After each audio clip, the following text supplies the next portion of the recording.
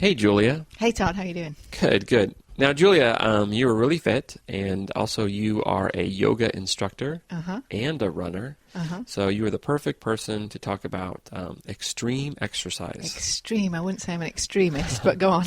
Okay, so first of all, I thought I would ask about this yoga that you do in like really hot rooms or something like that. Oh, yeah, the Bikram yoga it's called. Yeah, I never tried it myself.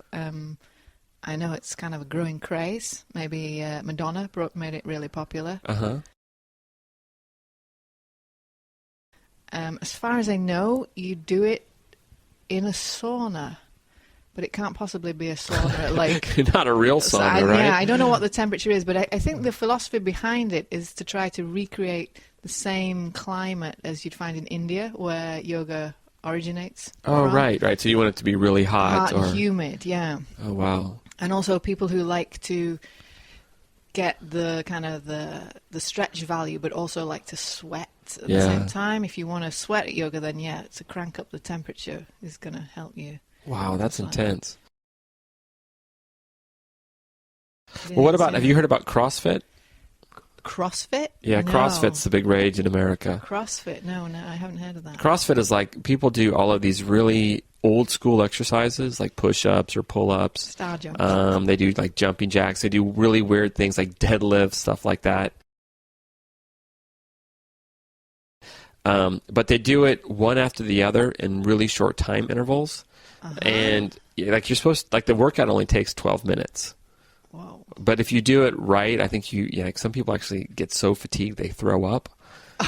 So like you really push your body to the limit. Well, that is extreme. It is extreme. Although I'm probably saying it wrong. Yeah.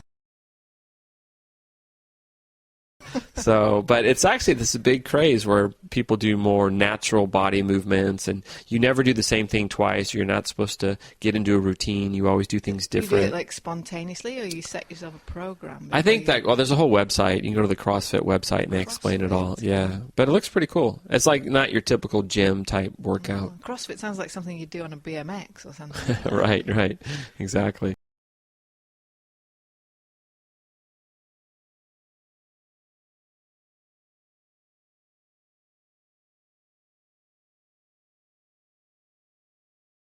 Well, actually, speaking of extreme sports, we're talking about extreme sports. Have you heard about ultra marathon?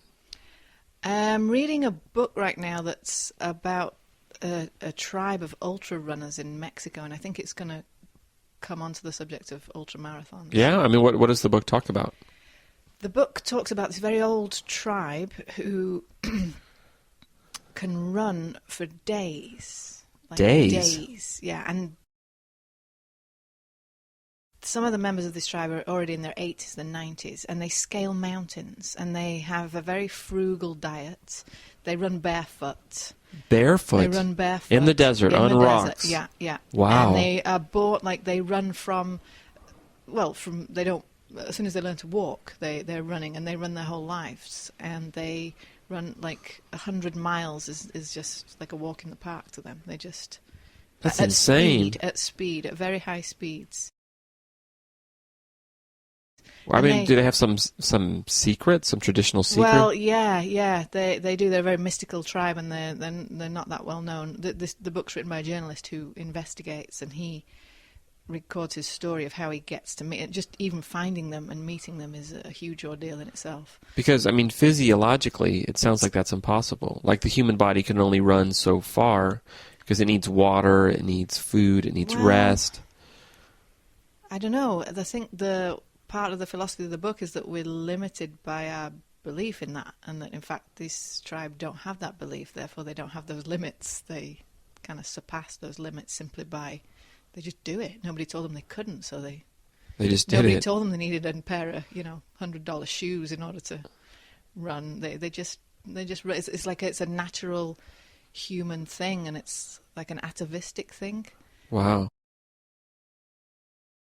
Humans, we can run down gazelle. We can run faster than horse. I mean, we can run further than horses, and these creatures that we think have. Are you sure about that? Absolutely, yeah. Really? Yeah. I've never heard that before. That's why people who it's quite dangerous to run with a dog, for example. People who run and take the dogs because dogs can't run as far as humans. Really? Yeah, and dogs can't sweat.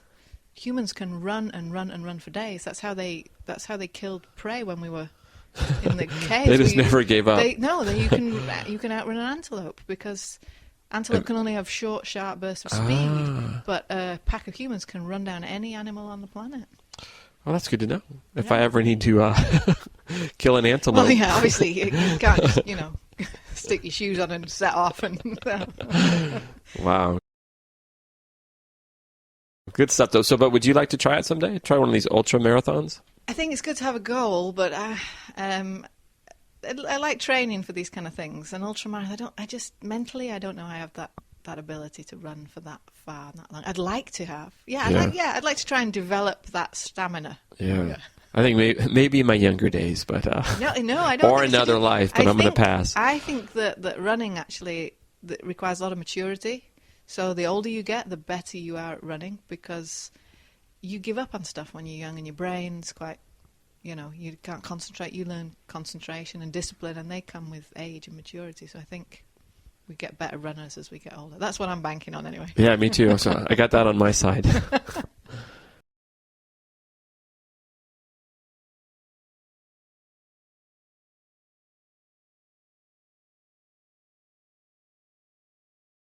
So, Juliet, now you are a parent. That's right. And have you heard of all these terms that we have in the U.S. for different types of parents? I wonder if you have them in the U.K. You mean like soccer mom, stuff like that? Exactly. That's the only one I've heard of, actually. Okay, so what do you think a soccer mom is? What have you heard? My image is a mother who dedicates her time to running her kids to and from soccer practice, is that right? And also drives a big vehicle. My image is like a big SUV or a big four-wheel drive. Right. I think it's like a parent that has many scheduled events for their child. Oh, okay. So like and maybe they have swim them. class, soccer practice, ballet, stuff like that. Oh, maybe I'm a little bit of a soccer mom. Yeah, I think I think it's a good term. Like I think a soccer mom usually is considered a caring parent. Okay. And they try to have their child do like productive things. Must be quite an affluent, perhaps middle class kind of parent. Yeah, exactly. Now we have the equivalent, and it's called a NASCAR dad. Is NASCAR some kind of car racing? Yeah, basically it's just these cars, they run around in a circle. It's kind of like horse racing for cars. They just go round and round. But yeah, so I guess it's the same thing. It's just a dad who's really into his kids. Spends a lot of time with his kids. Would this be a stay-at-home dad? No. It's just kind of like a good old boy father, like a dad who's kind of blue-collar, not rich, maybe lower middle class maybe, but just kind of like your typical TV sitcom dad, I guess. But that's nice. Takes his kids everywhere. That's nice. Yeah. Involved in the... Yeah, like a NASCAR dad would probably take his sons hunting and maybe take his daughter shopping and stuff like that.